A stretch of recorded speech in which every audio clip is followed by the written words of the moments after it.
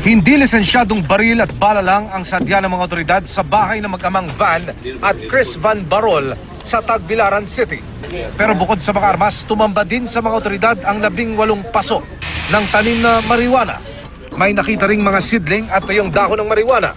Ayon sa nakatatandang Barol, sa kanya ang natagpo ang baril at marijuana.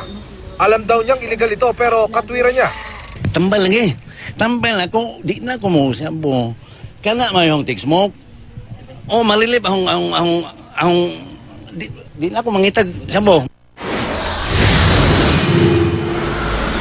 Aabot naman sa mahigit 20,000 pisong halaga ng marijuana ang sinira sa Bauco Mountain Province. Ayon sa mga pulis, sinunog ang mahigit 100 tanim na marijuana na nakuha sa nadiskubring plantasyon sa barangay Sadsadan. Sinira rin ang mahigit 2 milyong pisong halaga ng pananim na marijuana sa Kibungan, Benguet. Galing ang mga ito sa 4 na plantasyon. Sa Coronadal, South Cotabato, napatay dahil ng laban umano sa operasyon kontra droga ang nag-awol na sundalong tulak umano.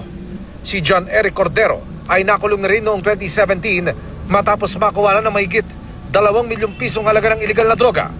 Dadalhin naman sa City Social, Welfare and Development Office ang menor de edad na kapatid ni Cordero na kasama niya nang gawin ang buy-bust operation.